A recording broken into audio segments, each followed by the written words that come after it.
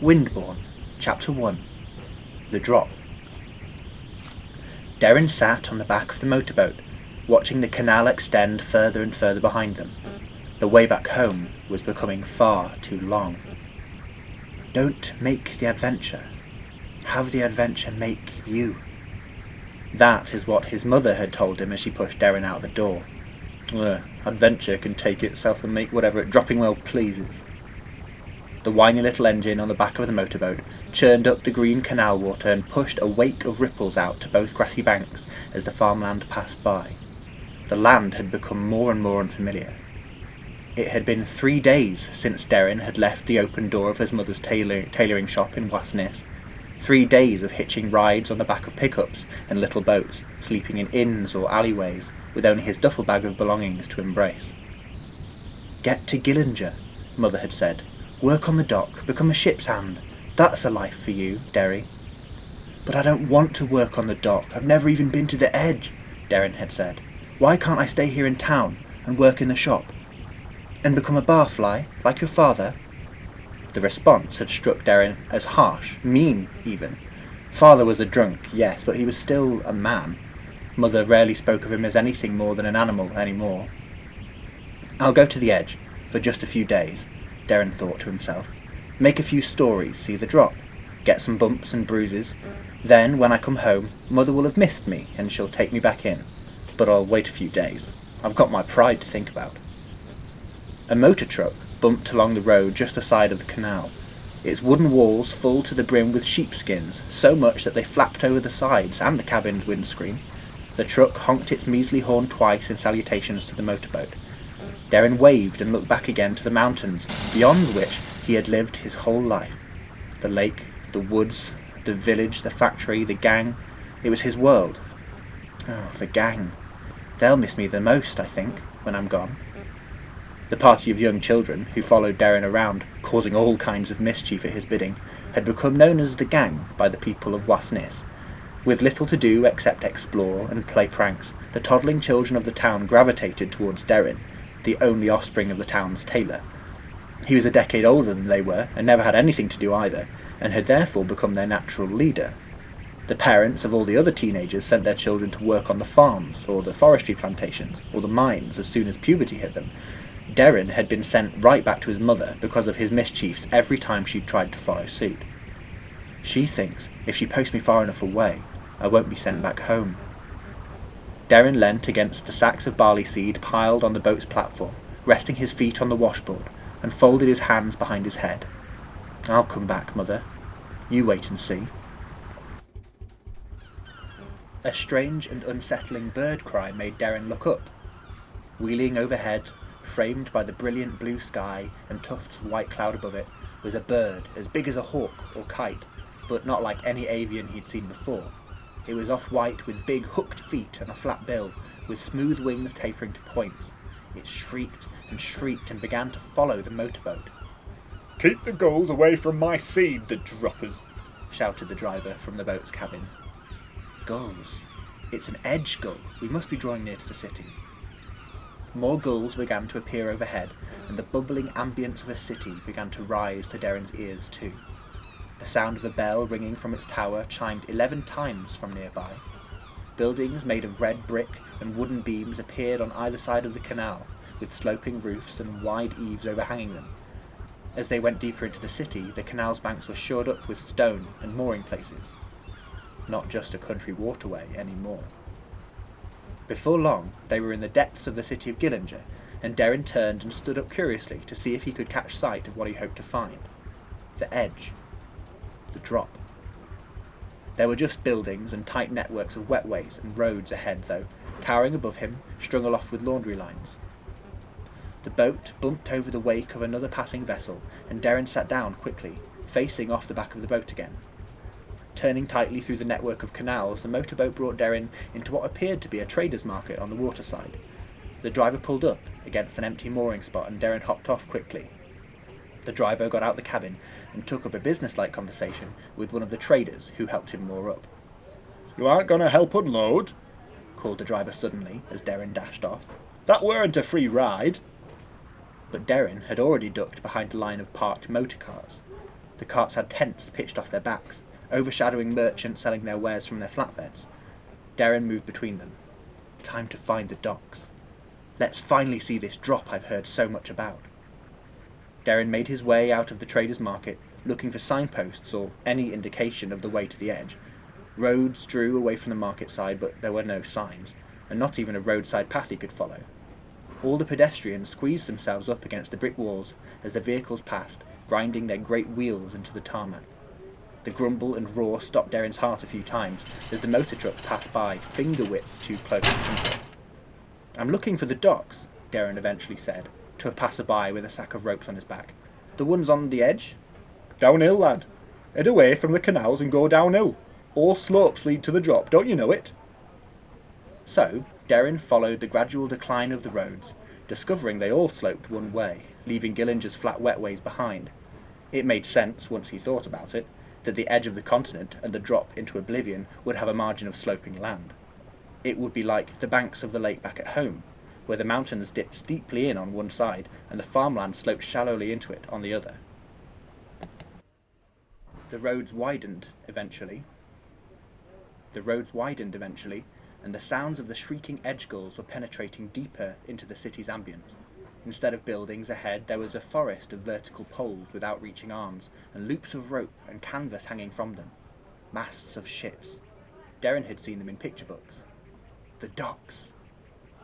He increased his pace, finding himself among a low market of canvas-cloaked stalls, selling ropes, pulleys, and all sorts of equipment which Darren didn't recognise. "Signal flags! Signal flags for a Rhine!" shouted a merchant at him. A whole Rhine for a couple of flags. They'd better be impressive. Mother sells the same amount of coloured cloth for a father. He didn't care to investigate, though, instead making his way closer to the forest of ships' masts. A finger tapped quickly on his shoulder. He turned around to see a short, thin man with an untidy tricorn hat perched lopsidedly on a balding head. "You're looking for work?" the man asked, pushing a pair of thick glasses up his nose. Despite his height, he held himself with business-like stature and spoke confidently. Darren replied. "How do you know?" "I'm the dock master here," the man replied. "It's my job to know. You look like you've never seen a dock before with those wide eyes. An inlander, to be sure. Follow me to my hut." The man turned on the heel of his boot and marched to a wooden stall, taller than the rest, with a big windowed front decorated with rope and nets. The dockmaster pulled a small pile of parchments from the ledge of the opening and began leafing through them, wetting his thumb with a lick at every turn of the page. "You lift?" the dockmaster said. "I lift what?" "Are you strong?" he reiterated. Not hugely, no." "Well, do you know ropes? Knots, lining, that sort of thing?" Again, no. The dockmaster sighed and peered up at Darren over his glasses. "Then what are you good at?" he asked. "You know your job hunting at a dockland." Darren shrugged. "I just want to see the drop," he thought. "Sewing and things," he said. "My mother's a tailor." "Anything else, or are you only good at sewing?" Organising, running, climbing. I've had lots of practice with the gang," Darren thought to himself. "Well, sewing's useful, and climbing," the dockmaster said, leafing through the papers again. "I could show you to the military barge. She's taking off in an hour. They're always on the lookout for a crew. Or, well, maybe, just maybe." "Maybe what?" Darren asked, impatient to be on his way. "I could send you to the Stirling Sternus. Their skipper's looking for a deckhand. His last fell off a yardarm." "What happened to him?" Darren asked. "He break something?" "He fell off the yardarm," the dockmaster said again. "Was he hurt?" "He fell off the ship, lad. He met the drop. He fell off the yardarm. What else would happen?" I'm sorry, I didn't know what a yardarm was." The dockmaster rolled his eyes. "Maybe the skipper will be good for you. The Stirling Sternus is moored at the far east of the wharf, way over there." "Ta," thanked Darren, marching off. Hold on, not so fast," the dockmaster said, yanking Darren back by his elbow. "Unfamiliar faces don't get anywhere near the wharf without a pass. Let me write you one up." The dockmaster shuffled in through a side door and clambered up on a stool to sit at a desk behind the window. He pulled over a parchment and dipped a quill in ink, scrawling words on the paper. "What's your name?" he asked. Darren Draper." "Age?" 14, 15 in a few months." The dockmaster nodded and mouthed Darren's name as he wrote it, before lifting up a stamp and slamming it extravagantly into the corner of the pass. "Hand this to the skipper of the Sterling Aurum Sternus," the dockmaster said. "Tell him Berry has found him a fresh page." Darren snatched the paper from the dockmaster, thanked him again, and headed off in the direction of the ships. The stone dock, inset every few paces by great metal mooring posts, was packed with men working over their ships. The ships themselves, crowded up against the wharf, blocked any view of the edge that Darren so hoped to look off. Each ship was all wooden poles and sails, or steam balloons held together by netting. Ropes hung from everything, strung between every mast and pole, coiled around anything sticking out. The place stank of damp wood, furnace smoke, and tar. Darren followed the stone pathway of the wharf, holding his pass visible over his chest in case anyone stopped him. Bobbing between the dock workers loading and unloading their shipments he went. Cranes swayed their swinging cargoes overhead, and gulls cawed and snapped their beaks from the poles and ledges. Eventually, Darren arrived at the end of the wharf, finding himself standing below a tall, old-fashioned ship with two masts. It was painted dark blue on its sides, with beige banding, which might have been brown in a previous decade. Painted in fresher silver lettering near the nose were a series of strange words, the ship's name, Darren assumed. Slowly he pieced together the letters and read the name aloud. Sterling Aurum Sternus. The ship was pushed right up against the wharf, tied there by 3 anchoring ropes to different mooring posts. There were a few men on board, carrying crates up from somewhere below the deck, and one crewman sitting way up in the rigging in a basket atop the tallest mast beneath a fluttering red and yellow flag. A wide walkway leant steeply out from the side of the towering ship, resting on the wharf, which acted as a path aboard. A man wearing a plain white vest, arms coated in tattoos, reclined on a mooring post at the foot of the board, smoking a pipe. He had a freshly shaved head and a long, blonde goatee. He read from a book, which he held open with one hand. "This is the place," Darren thought. "I suppose I should just go on board, see the drop from the other side." Darren stepped onto the ribbed walkway and immediately felt the back of his shirt be seized, lifting him easily away from it and dropping him back onto the stone flags of the wharf. "Who are you?" the huge man asked, taking the pipe out from his mouth and glaring down at him. "Darren Draper," Darren replied. "I have a—" He lifted the pass. The man clapped his pipe to his teeth and whipped the pass from Darren's fingers. "Are you the skipper?" Darren asked. "I'm the first mate," the man said. "Walker's my name. You're here to replace Tom, I suppose?" "The boy who fell?" "Aye."